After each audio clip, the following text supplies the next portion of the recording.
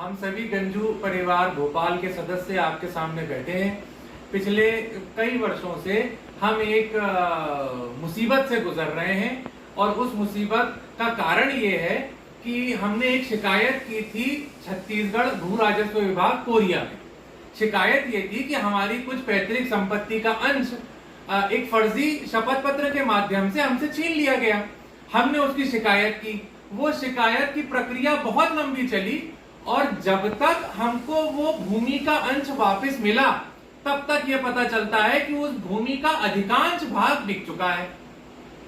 हमने पुनः भू राजस्व विभाग से इस बात की चर्चा की तो बोला गया कि जो अंश बिक चुका है वो तो बिक चुका है, उसके लिए आप सक्षम न्यायालय में जाएं और उसकी प्राप्ति अगर हो सके तो होए।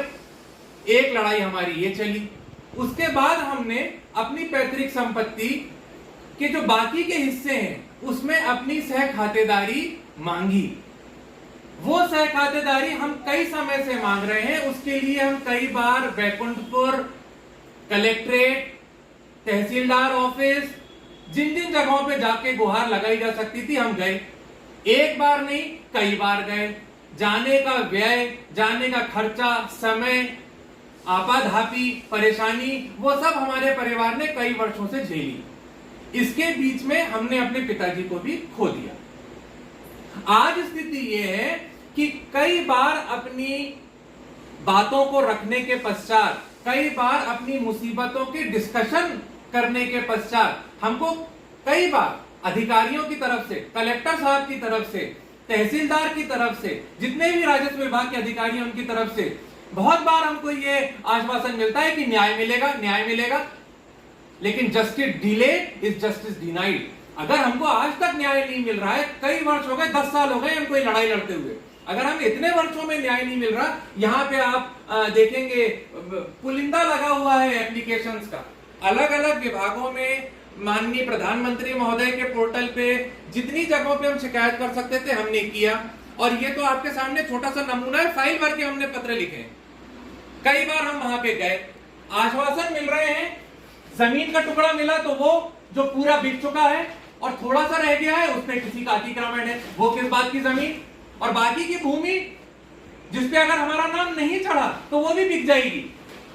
उसपे हम अपना हिस्सेदारी मांग रहे हैं तो उसपे लगातार हमको आश्वासनों के बाद किसी प्रकार का कोई ठोस न्याय नहीं मिल रहा है। विलंब है। विलंब अब ऐसी स्थिति में आ गया है, हम अपने परिवार के लोग खो चुके हैं और अब इस स्थिति में आ गया है कि लगता है पता नहीं मिलेगा कि नहीं मिलेगा। हम एनडीटीवी का, मीडिया का बहुत शुक्रगुजार करते हैं, पूरे परिवार की तरफ से हम शुक्रिया अदा करते हैं कि एटलीस्ट उन्होंने हमारी परेशानी को परेशानी समझा और ये वीडियो, ये बाइट बनाने के लिए कहा ताकि हमारी बात सब तक पहुंचे। तो स्थिति ये है कि बहुत लंबे अंतराल से ये जंग हमारी जारी है। पता नहीं हमको न्याय मिल पाता है कि नहीं, लेकिन इसके माध्यम से हम कम से कम एक जन चेतना लाना चाहते हैं कि इतनी इंपॉर्टेंट चीज होती है राजस्व विभाग का रोल लोगों के जीवन में, क्योंकि ये लोगों के जीवन को बांधता है उनकी संपत्ति से।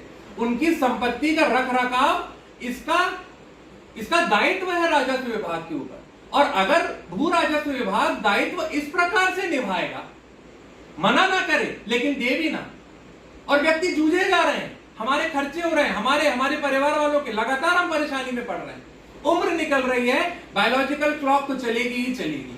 तो ऐसी स्थिति में हम सभी दर्शकों से, जितने भी लोग हमको देख पा रहे हैं, बस हम उनसे कह रहे हैं कि आप सजग रहिए। रेवेन्यू डिपार्टमेंट से हम ये रिक्वेस्ट कर सकते हैं कि मेरे ख्याल से हो सकता है आप व्यस्त हो सकता है आपके पास चुनाव के और दूसरे भी कई प्रकार के काम रहते हो, लेकिन मेरे ख्याल से किसी के जीवन जिसपे उसका निर्भर है, जिन शिकायतों पे, उनका निराकरण किया जाए। और अगर निराकरण करने में अक्षमता है, निराकरण नहीं कर पा रहे हैं, तो उसको हाई कमान में भेजें कि कहीं ना कहीं राजस्व विभाग के स्ट्रक्चर में कोई गैप रह गया है कि लोग लगातार अपनी कंप्लेंट्स दे रहे हैं, सबूत के साथ दे रहे हैं। खुद हम जीवित आपके सामने बाइट बना रहे हैं कि हम उत्तराधिकारी उस अपनी पैतृक संपत्ति के जीवित हैं, आपके सामने है। और कितने प्रमाण चाहिए सिर्फ उस संपत्ति पे नाम स्थापित करने के लिए, और कितने प्रमाण चाहिए इस बात को बताने के लिए कि मेरी अनुमति के बिना अगर राजस्व विभाग ने मेरी संपत्ति बिकवाई है तो उसको वापस दिलाना भी राजस्व विभाग की, भू राजस्व विभाग की जिम्मेदारी है।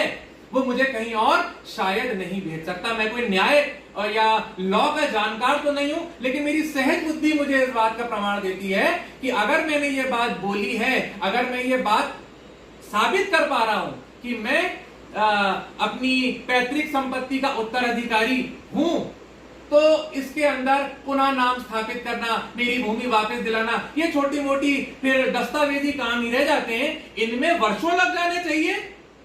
इस बात पे मैं आपत्ति जाहिर करता हूं और मुझे लगता है कि ये जो व्यवस्था है, ये व्यवस्था ठीक होनी चाहिए।